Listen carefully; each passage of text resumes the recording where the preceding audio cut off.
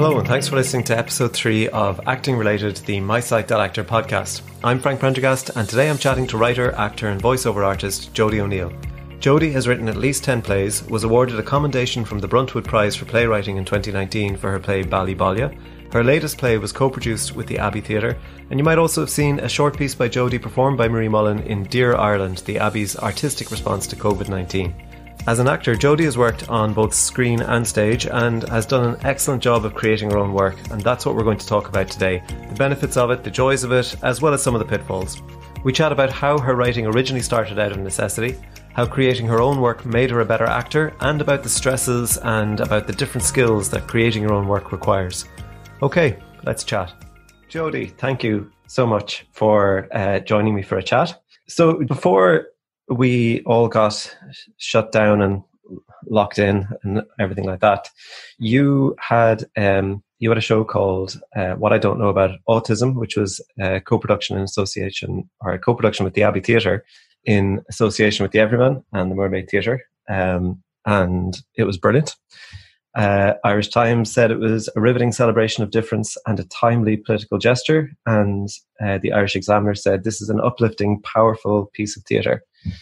And maybe we'll maybe work back to talking about that, but I just thought we'd go right back to, because you not only wrote it but performed in it, so I thought we could just have a chat about making your own work and go right back to, like, you studied acting in Trinity. So you were originally solely an actor, and I'm curious about what got you writing, and where did you set out to make your own work, or how did it all happen? Yeah, that's a good question. And I did study acting in Trinity, and I think you go into acting college with the idea of just spending 3 years developing a practice. But I don't know that acting college necessarily prepares you for what life is going to be like as an actor out in the world. And certainly I didn't take in that aspect of the training. If It was there, it kind of went over my head. And I was thinking about this during the week. One of the things that they did at the very end of our degree, or towards the end of our degree, maybe just before our final show, was they kind of sat everybody down individually and said, where they saw our career paths going. And so we had 3 tutors, maybe, or 3 main tutors, sat us down and said, oh, well, I feel, you're going to have this kind of a career, you're going to have this kind of career. And what they said to me, which I was like, okay, well, we'll see, is that you're never going to be a commercial actor. We don't think, yeah. And in a very kind way, but they said, we don't think that you will be on stage at the Abbey. You probably need to look at investigating making your own work. And, we see you doing very well in physical theatre and experimental work, but maybe not being, that kind of very clean and beautiful product that people want to see in ads, or that kind of, I suppose, a traditional kind of gate theatre actress. Do you think things have changed since then, or do you think that's still a thing? Because I feel like there's a lot more openness now about I don't know, what am I trying to say? That I feel like the opportunities are there for anyone to do that if they want. Yeah, I think so. I think it has changed a bit. I think, like, at the time, the Abbey was under very different management, and the Gate was under extremely different management. And there was a lot to be said for being, really young and really pretty, in different ways in both of those. And they were kind of the main kind of regular employers of actors. And I think the way I came out of Trinity anyway was not as a very glossy product. But I did come out with lots of skills that then over the coming years I was able to sort of morph into strengthening. And actually, one of the things I think about making my own work is that it made me a better actor because I just had less time to overthink things. So I spent an awful lot of my time in acting college really overanalyzing things and really overthinking things, and getting hung up on stuff so that, like, to the extent that you can't possibly be creative or be spontaneous because you've just really thought it to death. Right. So I think that one of the things that's really helped about making my own work is that I just stopped worrying so much and stopped being so anxious about how people would perceive it or how this should be delivered or what's the technique or what's the... because you had ownership of it, is it? No, just because I didn't have time to do anything. Okay. So like I went back to the very first, so I graduated in 2003 from college, and I think it could have been that summer even. I didn't graduate with any intention of making my own work or of going down any of the alternative routes that my tutors had outlined for me. But it just happened that I was working with Gavin Logue, who you know, and we were asked to, I don't know if we were asked or if Gavin approached these people about maybe doing an adaptation of the book The Little Prince as part of a conservation and sustainability festival that was going on in Dublin. And they didn't have any money. We didn't have any money. We didn't have an adaptation of the play. So I kind of adapted the play, but not because I really, wanted to adapt the play or thought, oh, I'll do a really good version of this or I want to be a writer, just because somebody had to do it.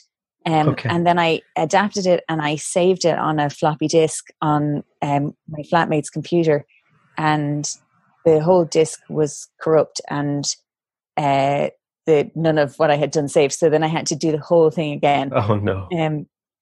And for The Little Prince, I also made all the costumes. So I hand sewed all the costumes for it. And I think Gavin played the narrator, and then this German actress called Katja, she played the Little Prince, and I played all the other parts. But I can't really even remember rehearsing because we were just so stressed all the time. And at one point we were like, oh, we need a piano because we have a pianist who'll play all this music, but we have to get a piano. So I think I remember maxing out my mum's credit card that I was supposed to have for emergencies in order to buy a piano, because it was the only way that we could conceive of getting it to the venue in time. And then on the very last night of it, because it was, it's very much flying by the seat of your pants and there's no money. We came home and we were living in Fairview, and a man passed us on the way out, and we were like, oh, it looks like he has some of our stuff. And so the guy had just burgled our house. What? But we were so stressed at this point, and also just so relieved that we had managed to kind of pull this production off, that we just kind of let him leave. And then oh my God.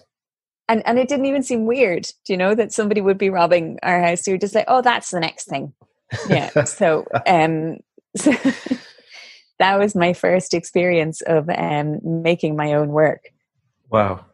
And it's followed a similar vein, I think, since then. But to a greater or lesser degree like that, I sound really glib.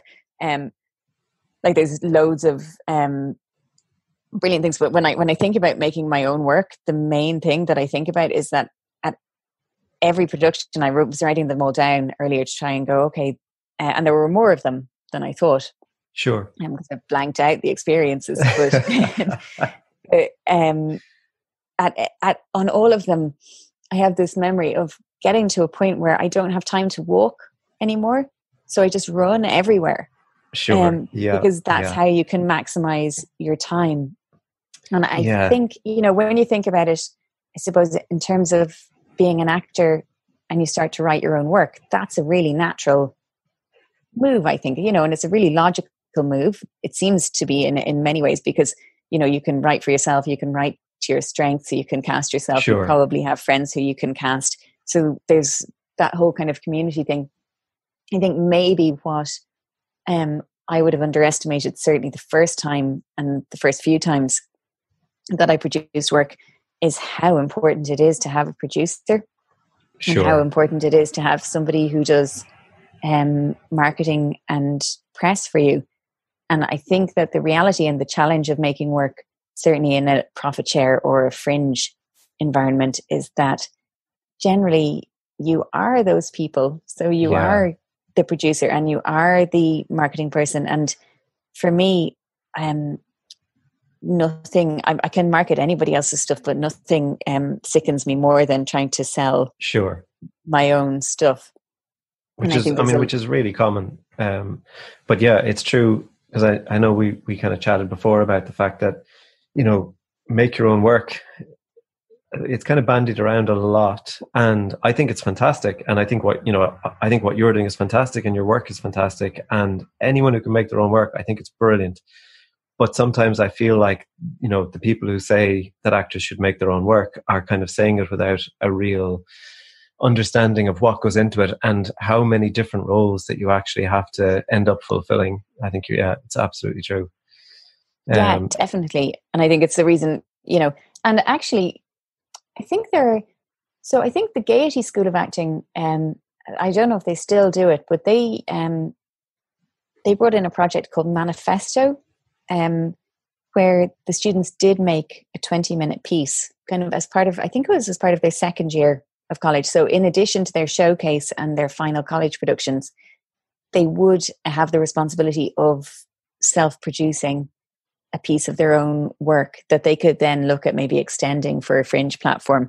Right. And I think that that's a really good idea in terms of colleges, because what it does is it forms working relationships in the class in a different way. So people maybe can produce for each other, or, if somebody's not doing a, what they call a solo piece, then, you kind of form a dynamic. And I know a lot of companies have come out of that course, but I think, you're right. Like, it's very easy to say, well, okay, you're not working, you've all this time on your hands, why don't you make some work? But it's really hard to get the money to do it.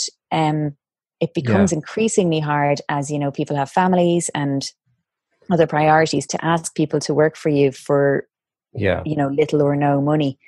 And I think what you were saying about like teaming up in the class, I mean, that is a really good idea, and that is a really good way to teach it, I think, because the bottom line is as well, you are an excellent writer, and I think, your writing, even your earliest writing started to get recognition straight away, but not everyone is a writer. So even that, I think, is good, like in terms of a classroom environment, teaching people to team up with people who have other strengths maybe. Because, your work, so when you did The Little Prince, I know later you did The Never Froze Walt Disney, because I was kind of there at the inception of that in Jack Keely's Working Actors Workshop in Cork, where he would do those mad and incredible, where you would use your voice to make all that music in a group, which would then inspire a dramatic improvisation, and then that would inspire writing potentially. And several productions came out of those workshops, and They Never Froze Walt Disney was one of them. And I mean, that got nominated for an award. Was that your first full-length play? Yeah, so that was it was about an hour long, wasn't it? I think, because we played it at lunchtime in the Cork Midsummer Festival, and then we brought it to the Dublin Fringe, I think, the following year. Brilliant. So that was my first, longer piece, and it really wouldn't have happened without that workshop, because I'm, remarkably undisciplined about sitting down and writing. So I think that the amazing thing about that process was that I managed to kind of somehow by fluke come out with a play. So I wasn't necessarily planning to write a play. So I suppose what had happened was, my Carl and I were both at a point where Carl had studied at the Gaiety School of Acting and had come out and had done a few professional acting gigs, but we were both spending an awful lot of time working in pubs or working in cafes, and finding it increasingly draining. And so there was a summer where I was working in a cafe that used to, like, they were so paranoid about their staff, they had security cameras trained on the staff rather than the door, and they would watch. So they would go off, and they were rather wealthy, and they'd go off on their holidays, but what they would do is they would watch what was going on in the cafe, so that, you know, if they didn't like the way your hair was, or they didn't like something that you were doing, they'd ring from the beach and let you know. Wow. And I just got really, I was just really sick of that, because I'd had so many amazing experiences working in the service industry, but that was really rock bottom. Right. And so at that point, Carla and I decided to move to Cork for a little while, because we could stay in my mum's house for a bit and we could just kind of figure out what we were doing. And we bought a MacBook and we shared it, and Carla was doing some sound design and I was doing some, wasn't even doing some writing. I was like copying and pasting things out of the newspaper that I thought might make good stories. Sure. And so, but the way that Jack did that workshop was we would do those vocal improvisations, and then, you know, they would just be sounds, and then he would say, well, what might they be talking about? And we'd bring words to that. And then he might say to me at the end, go home now and write it up. And I'd go home and I'd write it up. And, you know, credit also due to John McCarthy, who was my scene partner for those, and who played Paudie in that production. But basically kind of at the end of it, and then sometimes he'd say, well, write other scenes as well, you know. So I started to imagine what might happen next. And all of a sudden I had a story that I was able to kind of finish and have a draft. But I arrived at it in a really organic way, kind of by accident. And I don't think that it would have been as good had I at that point gone, I'm going to sit down and I'm going to like stay here until I've written a play that really showcases my abilities as an actor. And I'm going to use it as a vehicle to get some work. Yeah. It happened, you know, in a kind of unintentional way. And I think that was the best thing that could have happened. And did it do that? Did it work as a vehicle to get more work? That's a really good question. I think like not in the immediate aftermath, but I think in the following couple of years, yeah. Right. So as a result of having had that production and it going to the Fringe, I ended up doing the Next Stage, the Dublin Theatre's Next Stage program, where we spent 2 weeks with other practitioners, seeing work, talking about work, starting to make work, starting to collaborate. And out of that, out of the Next Stage, I ended up teaming up with Dee Roycroft and Rasha Go and Louise Lowe. And we created, because one of the things that we had talked about a lot, we were makers and actors and directors and choreographers, but we were all talking about, okay, it would be great to have somewhere safe to try things out.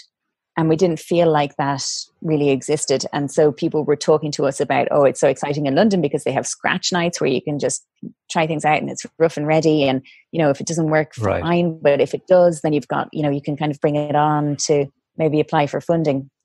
So we set up with Project Art Centre a new work platform called Project Brand New, which was designed to showcase the work of theatre makers, but also, you know, we were completely transparent about the fact that, we were also going to showcase our own work through it, but through an application process. So if one of us wanted to make work, we would apply through the application process as well. And, you know, one of us normally would make a piece per Project Brand New.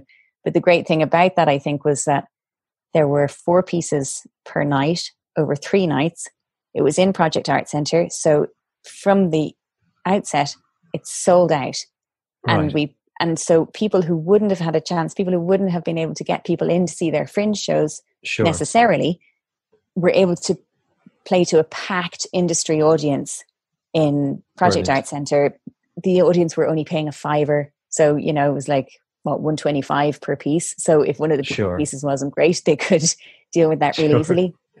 And what we offered, I suppose, as producers was dramaturgical support if people needed it, or writing support if people needed it, or if people needed to outsource a professional, we could kind of help to link them up with somebody who could work with them. And then we had a really good production manager who would work with us. So we would light it reasonably professionally, and we would assist with sound, and then we document it for them. So everybody went away with really good production shots and really good video archive footage, so that then if they wanted to say, let's take this 20-minute piece to the next level, let's apply for Arts Council funding, they had all the materials to go to the Arts Council with. And also they had, maybe we had a comment process by which people could feedback. So they actually had audience feedback so they could prove to the Arts Council that there was a hunger for this piece to get further development. And I think that's essentially how I got on the Arts Council funding ladder, was through a 20-minute piece that I did in Project Brand New, which was the start of Celebrity. But in terms of being in, so like They Never Froze Walt Disney was the first step, and then that led to the next stage, and then that led to Project Brand New. And a lot of the professional work, like I worked a lot subsequently with Rough Magic theatre company, and I think Lynn just used to come to Project Brand New and saw me in a few shows, and brilliant. Was incredibly supportive of both like me as a maker making my own work, and it was the start of me being an actor with them for a few shows. Brilliant. Yeah, brilliant. Is there, Project Brand New is just a brilliant idea. Do you know of anything like that operating at the moment? Yeah, it's interesting. I went to the Abbey held a day for writers a couple of years ago. Would have been kind of around the time that Graham and Neil started at the Abbey. And I remember going and being like, wow, because I had a kid shortly after we did Celebrity. So I kind of knocked my theatre career on the head essentially for a couple of years. So when I went to that day at the Abbey, I was really interested to find out, okay, what are the conversations that are happening now? What's changed? What's moved on? What have I missed? But all the conversations were the same conversations that had been had, that we had in 2008 when we were doing the next stage. Right. And so it was all people saying, oh, there's nowhere to get work on. And if you get work on, people aren't necessarily going to come and see it. And how do you do it with a tight budget? And so I think, so there is Seen and Heard. I don't know if you've come across Seen and Heard, have you? The name is familiar, but I don't. Yeah. So it's a festival that happens, I think, annually in Smock Alley. Okay. And as far as I know, I could be wrong here, but as far as I know, you can kind of present work at different stages of development. So you can either present, you might present just a 10-minute piece or a 20-minute piece or a half-hour piece. Right. So that seems to me to be a really good platform. And I think people do go and see the work. Yeah. And that's true, actually. There's a, I had just momentarily forgotten, but there is something similar in Cork called Show, which is run through the Theatre Development Centre. So I guess, I guess there are things out there to be poked out. Yeah, if you can. I think there probably are. Yeah, I think a really big part of Project Brand New was making things that weren't necessarily shows yet, but had the makings of really good shows, and making them look really good. Right. And Project's a brilliant. So they were more like finished pieces.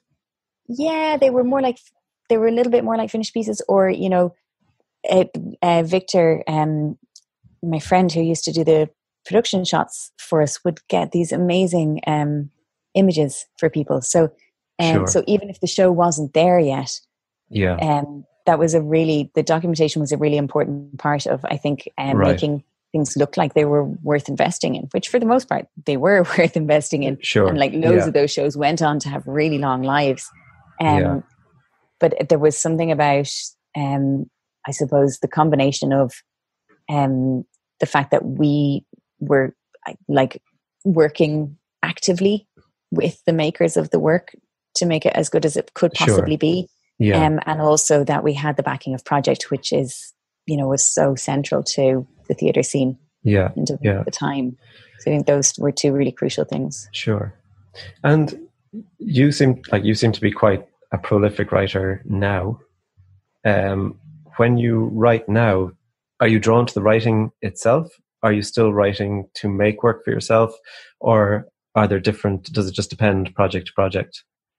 Yeah, that's good. I've been thinking a lot about this lately when, we all have to stay in our houses and try to be really productive and not necessarily feel like about this and about why I'm a writer. And I haven't managed, I've only been managing to write like really short things. So one of the things that I thought I would do at the start of all of this was to write a spec script for TV and film to send out to agents and production companies.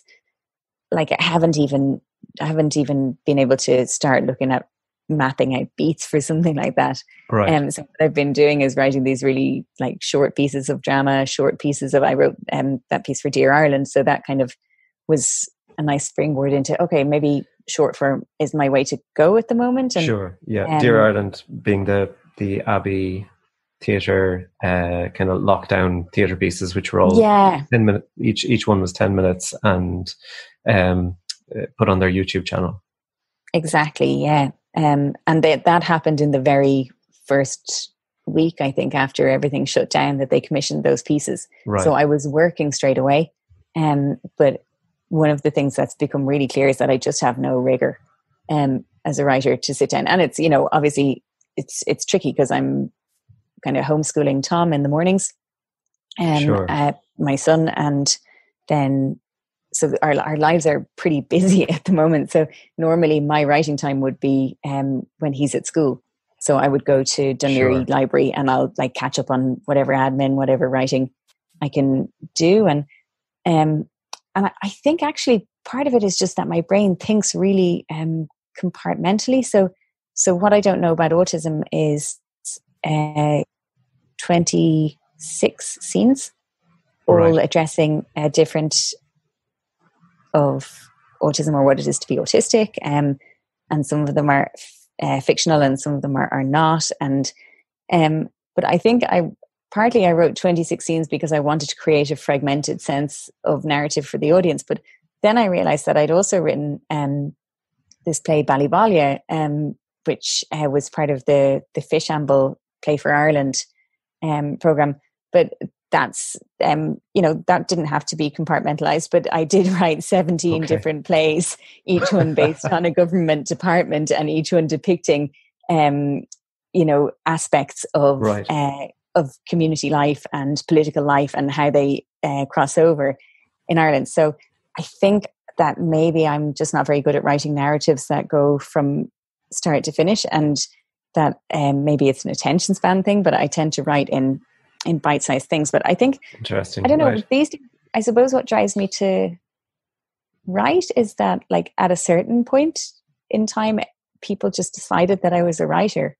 So then you kind of go, writing opportunities come up. And so, right. And that sounds, I don't mean that to sound kind of, oh, well, I just write about whatever somebody tells me to write about, because there are lots of things that I feel compelled to express, and how I do that is through writing. So I'm not necessarily writing in order to create acting work for myself, because it's much easier if somebody just casts you in their show and gives you a part. But that doesn't. I'm not.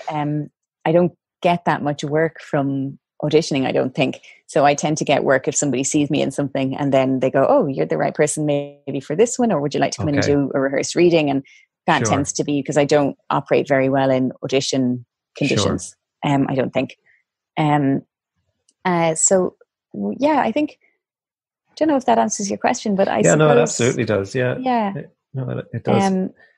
But at the moment, I'm writing like a lot of short form stuff. I was telling you about this Screen Skills web series course that I've been doing. So that's been a really nice way of having something to do for an hour each day, and also having something that's driven towards. There was a deadline of you had to have a pitch ready, and then there was a deadline of you need to put some episodes up in this WhatsApp group that we have for the course participants so that people can read and give feedback on your work. But that's a really manageable goal, I think, at the moment, because, you're looking at totally different form. You're looking at, 2 or 3 minute episodes as opposed to this monster in my head that the spec script idea has turned into. But also you have a lot of experience writing for screen, because you wrote for Fair City for... Yes. So that was one of the things actually that happened, I think, in 2014 when Tom was little, and it was becoming really clear that because actually in the year that he was 2, I had like loads of theatre work. So I was I did a show with Team that Michael Murphy directed and Monica McCann had written, and then I was like straight into rehearsals the next week for a Rough Magic show, and then I went like straight into shooting that Charlie Haughey TV series after that. So I was kind of, rolling a little bit as an actor at the time, as much as I had, I think, ever. But it just became really clear that it was going to be a massive strain for both Carla and I to be working in theatre and that wasn't a particularly nice life to be offering a child either. So at that point, I wasn't I didn't kind of at some point go, I'm going to take a conscious step back here. But I did think, okay, well, I need to explore other avenues. And I had done a little bit of writing for children's apps, and that was great. But again, it wasn't kind of consistently giving me work. So the opportunity came up to go into the story room on Fair City.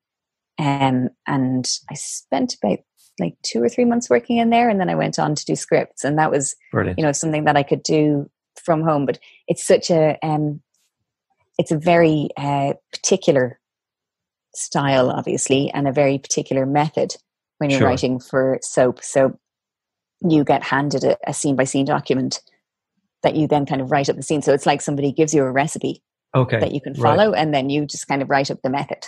Right. And obviously, there's plenty of room for you to be creative, but it's being creative in a really different way. And then I think because I took what was supposed to be a 3-month break from that to kind of research and develop making work about autism, then that turned into an extended break, which turned into an extended break. So I think I just trying to get my head back into kind of a screen world, and also a screen world that isn't populated by the residents of Carrickstown.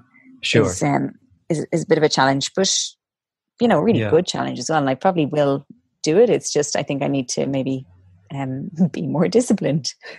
And you said as well, you were talking about what motivates or why you're a writer, and one of the things you mentioned was that there are just certain things that you are actually compelled to write about. Mm-hmm. And so presumably autism is one of those that you were compelled to write about. Because I know we said at the start we'd work our way back to what I don't know about autism. And I thought it was really interesting that that the Irish Times said it was a timely political gesture, because I don't know if you would describe it like this, but I know, like, watching it, I felt like it was a political play in the guise of almost like almost kind of subverting the educational theatre type of performance. Cool. I never thought about it like that. but that's not to say that it's not like that. I think it's just how it happened. So I suppose the impetus, was that I felt when we started learning about autism as a family, I felt like the information that we were learning from the autistic community was not information that was there in the public domain. And I guess you have options. You can become a politician and, try and change the system and then get beaten down by the system and fail. Or, I don't really have the personality for that. So I was like, okay, well, maybe I can start looking at how I promote autism acceptance through work. So it was, the aims of it were twofold. So the aim one was to promote autism acceptance and acceptance over understanding, which I think is a slightly different thing. Sure.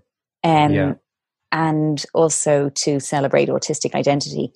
So I wanted it to have a real celebratory nature, but also, I suppose, to be educational as well for an audience that might not know that much about neurodiversity. But I really didn't know how it was going to come out, and I did start by thinking I was going to write this kind of slightly futuristic piece about a world where genetic anomalies have been wiped out, and a couple choose to have a child naturally when normally they're like hatched in a lab, and they end up with an autistic child, but they have like the word autism doesn't even exist anymore. So they have to kind of like go back through the history books to find out what child they have. Right. And then basically society realizes that innovation is at a standstill, and because there is no more autism and there's no more thinking differently. So that was what I was thinking about writing. And then I got so engrossed in the research that I was like, oh, I really want to tell people about this, and I really want to tell people about this, and I really want to tell people about this. So I think that's kind of how the form evolved. And the idea, I suppose, of making it as a relaxed performance, so making it as accessible as possible to as many people as possible, but without diluting the core, I suppose, information and message, for want of a better word. So in a sense, I kind of was writing a scene here and a scene there. And I really thought, like, for the whole process, that at some point I'm going to sit down and I'm going to make this into a proper play, but I just never did. And when we got into a room, I was like, scenes that we've written, and then we kind of put them together. But then I was working with a dramaturg, and she was very skilled at kind of going, okay, you can track these things through it. And so it kind of just became a play, rather than, I don't know if somebody sitting down and reading the script would go, oh, well, you know, that's a good play, because it's probably not technically a good play, but it is what it is. And I don't think it could have been. I mean, I read, do you mean like the script that I read? Yeah. Because I read that script. I thought that was a great play. Okay. I think you're possibly being a little bit too self-effacing. Yeah, but like, it's not, you know, it's not crafted in the way that maybe a good play, it's not crafted in the way that they would teach you to craft a good play if you went and studied writing, I don't think. But I think the form was right for the content that we were trying to. And that's one of the things, I think maybe it was Tim Crouch who said that when I did like the new writers program in the Abbey, I don't know, but like a lot of years ago. And Tim Crouch was one of the mentors who came in, and I really hope it was him who said this and not somebody else. But about, you know, like finding the theme and then finding the right form to express that content, so that doesn't have to be a 3-act structure, or it doesn't have to be anything, you know, as long as it's communicating what you wanted to communicate, then that's okay. And sounds like something Tim Crouch would say. Yeah. let's give it to him. I'm sure he can't remember. Brilliant. And so obviously, I mean, you had plans for What I Don't Know About Autism, which I assume will kind of have to be picked up at a later date. Do you still have kind of future plans for it? Yeah, I mean, it's so interesting how things happen, isn't it? So I think, like, when we did Celebrity in 2011, there were like lots of plans for that to have a life as well. And then I was having a baby, so that kind of shelved that. And then coming out of What I Don't Know About Autism, I was going, oh, this is great, you know, like there are no barriers here, because it's sold out. So it's really clear that audiences want to see it. It's gone really well. The cast are all really happy and want to do it again. And so it was like there was nothing in the way of it. And then like, oh, okay, a pandemic, that'll stop it. So I would love for it to have a future life, just because I think the demand is there for it, and I think it could easily have another life. I've been kind of thinking about. Go on. No, I guess I've been thinking about like how it might, you know, if things go on and we don't know what's going to happen with theatres, but that it could potentially have a life on Zoom. Because it's so interactive. I think that there's the possibility of maybe filming some of the scenes in advance if we could get people, you know, together in a safe way, and then actually having those conversations that we had in the theatres with the audience online would be just as valid and just as valuable. And that would be amazing. So I think that's certainly something that's going around in my head, because it may not be possible, you know, to bring it back in the, and nobody knows what's going to happen with the next round of Arts Council touring funding. Of course. So there may not be any money, but Yeah, we just Brilliant. kind of have to see it. So as we kind of wrap up, just do you have any other kind of future plans on the horizon? Any future plans? I guess. Yeah. So I just in the very short term, I'm working with Niall Cleary from Graffiti and an actress called Amaya Gillespie, and that's been lovely because I when we wrote the Dear Ireland pieces, I wrote 3 pieces just because I had kind of 3 voices in my head that had things to say. So I wrote the 3 pieces, right. And obviously the Abbey was only going to be producing one of them. So I picked a piece and that was the one that went out. But then I had been talking to Niall about, you know, how theatre maybe can work and how you can have a live experience online or maybe not even live. And so I had sent him this piece and he was very enthusiastic about it. And then because I have been doing this web series writing course, I've started to look at that as more of a webisode idea. Right. So we're going to film, I think, maybe 5 or 6 episodes over the next couple of weeks and start just putting them out online, kind of just to see what happens, not with any great anticipation of it, you know, being a hit, but just kind of just out of curiosity to see, okay, how can we create a presence online? How can we put this character online? And how might audiences interact with her or brilliant or not? So that's kind of the immediate plan Excellent. with that. So thank you, Jody. Thanks a million for chatting with me. That was a lot of fun and also really informative, and just loads of really interesting insights in there. So thank you so much again. Thank you very much. And I look forward to chatting to you soon. Cool. Thanks. Cheers. Thank you so much for listening. If you'd like to know more about Jody's work, you can check out aboutautism.ie for info on her play What I Don't Know About Autism. And she's also working on a web series with Graffiti Theatre Company. You can check out their YouTube channel. I'll put a link to the first episode in the show notes so that you can find it easily. Please do subscribe if you haven't already on Apple Podcasts, Google Podcasts, Spotify, or wherever you usually listen to podcasts. I'm Frank Prendergast. You can find me on Twitter at FrankieP, that's FRANKIEP. And if you're looking for a quick, easy and affordable professional actor's website, do check out www.mysite.actor. See you next time. Cheers.